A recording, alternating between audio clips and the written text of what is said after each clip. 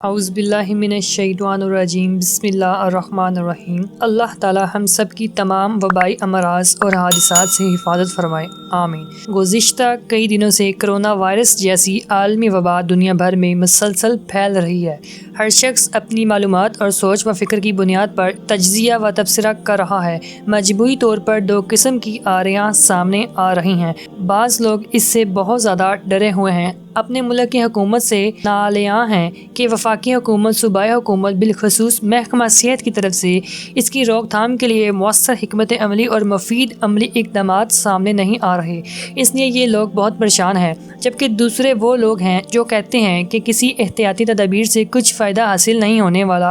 اگر اللہ نے یہ بیماری اور موت ہمارے لیے لکھی رکھی ہے تو احتیاطی تدابیر ہمیں بیماری یا موت سے نہیں بچا سکتی، اس لیے ان کو اپنانے کا کوئی فائدہ نہیں۔ بلکہ ان میں بعض ایسے خوش طبیعت لوگ بھی ہیں جو ان احتیاطی تدابیر کو ایمان باللہ اور توکل علی اللہ کے خلاف سمجھتے ہیں۔ حقیقت یہ ہے کہ دونوں آریاں قابل اصلاح ہیں اور دونوں طبقوں کے لوگ قابل رحم۔ جہاں تک تعلق ہے پہلی بات کا، تو تمام ممالک کے سربراہان اس کے بارے میں نہایت فکر مند اور اس کی روک تھام کے لیے مسلسل محنت کر رہے ہیں۔ حفاظتی اقدامات کے طور پر بہت ساری طبی امداد اور سہولیات فراہم کر رہے ہیں، لہٰذا ہر بات پر اپنی حکومت سے شکوہ کرنے کا مزاج غیر منصفانہ ہے۔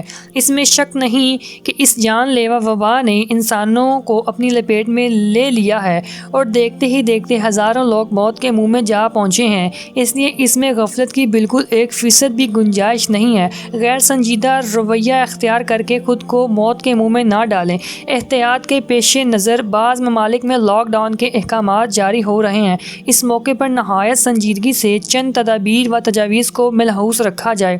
نمبر 1، اس طرح کے وبائی امراض نیک مومن کے لیے آزمائش جبکہ گناہ گاروں اور کافروں کے لیے عذاب کے طور پر اترتی ہیں، اس لیے صبر اور توبہ و استغفار دونوں سے کام لیں۔ ماہر ڈاکٹروں سے رابطے میں رہیں اور ان سے اس بارے طبی رہنمائی لیتے رہیں۔ ماہر علماء کرام سے رابطے میں رہیں اور ان سے اس بارے میں شرعی رہنمائی لیتے رہیں۔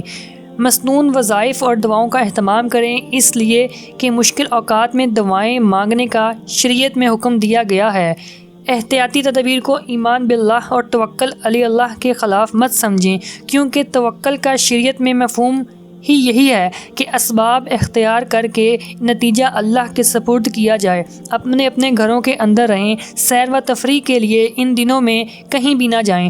طہارت اور صفائی ستھرائی کا بہت زیادہ اہتمام کریں۔ بار بار صابن یا جراثیم کش ادویات سے ہاتھ وغیرہ کو صاف کرتے رہیں۔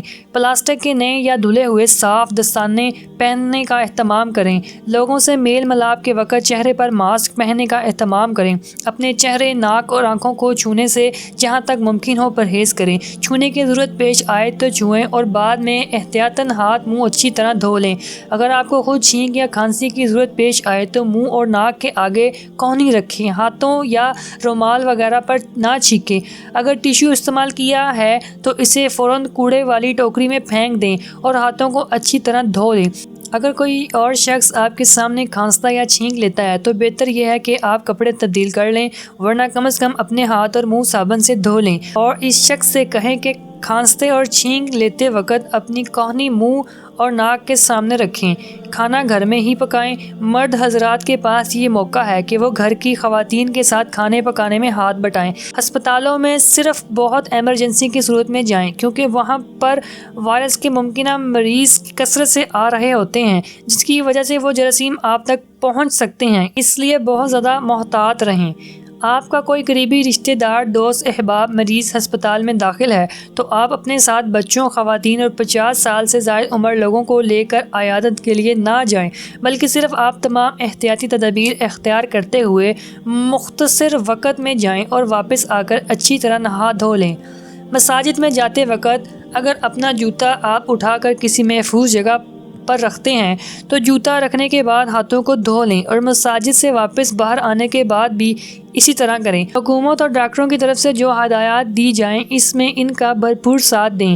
نوجوان طبقہ ذہنی طور پر اپنے آپ کو رضائے کار کے طور پر ہر وقت تیار رکھے۔ اگر حکومت اس کا اعلان کرے تو خدمت کے جذبے سے اس میں ضرور حصہ لیں۔ مالدار طبقہ صدقہ خیرات کی نیت سے غریبوں اور سفید پوش مستحقین لوگوں کا خیال رکھتے ہوئے ان سے خوب مالی تعاون کریں، کیونکہ صدقہ اللہ کے غصے کو ٹھنڈا کرتا ہے، پریشانیوں کو دور کرتا ہے اور بری موت سے محفوظ رکھتا ہے۔ بعض دکانوں اور مکانوں کے مالکوں نے کرایہ داروں کو 2 ماہ کا کرایہ معاف کرنے کا اعلان کیا ہے۔ یہ غریبوں سے تعاون کا اچھا طریقہ ہے، باقی لوگوں کو بھی اس پر عمل کرنا چاہیے۔ اس طرح کی صورتحال میں اللہ کی طرف رجوع کریں، صبر سے کام لیں، توبہ و استغفار اور دعائیں مانگیں، وبائی امراض سے متعلقہ افواہیں، لطیفے، مزاحیہ، خاکے اور مذاق سے بچیں، اس سے خدا تعالیٰ کی ناراضگی بڑھتی ہے۔ حضرت عقبہ بن عامر رضی اللہ تعالیٰ عنہ سے مروی ہے کہ میں نے اللہ کے رسول صلی اللہ علیہ وآلہ وسلم سے عرض کی کہ فتنوں، گناہوں اور پریشانیوں سے نجات کیسے ممکن ہے؟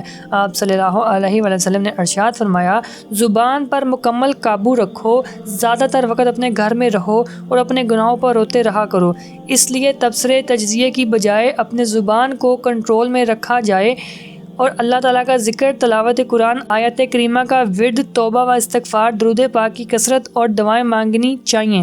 زیادہ وقت اپنے گھروں میں ہی گزارنا چاہیے۔ اپنا گھر اللہ کی ایسی نعمت ہے جو انسان کو بہت ساری وباؤں اور گناہوں سے بچا لیتی ہے، اور اس کرونا وائرس والی مصیبت کو محض اتفاقی حادثہ نہیں سمجھنا چاہیے، بلکہ اپنے گناہوں کی سزا کی ایک جھلک سمجھنا چاہیے اور اللہ کے سامنے رو دھو کر گناہوں کی معافی مانگنی چاہیے۔ دعائیں خود بھی یاد کریں اور اپنے اہل و عیال کو بھی یاد کروائیں۔ اللہ تعالی ہمیں ہر طرح کی آفات سے محفوظ رکھے، آمین۔ اگر آپ کو یہ ویڈیو پسند آئی ہے تو آپ سے ریکویسٹ ہے کہ ہمارا یوٹیوب چینل علم کی اکیڈمی سبسکرائب کیجئے اور ساتھ میں جو بیل آئیکن ہے اس کو لازمی پریس کریں تاکہ مزید انفارمیشن ویڈیو آپ کو روزانہ ملتی رہے۔ ملتے ہیں نیکسٹ ویڈیو میں، تب تک کے لیے اللہ حافظ، تھینکس فار واچنگ۔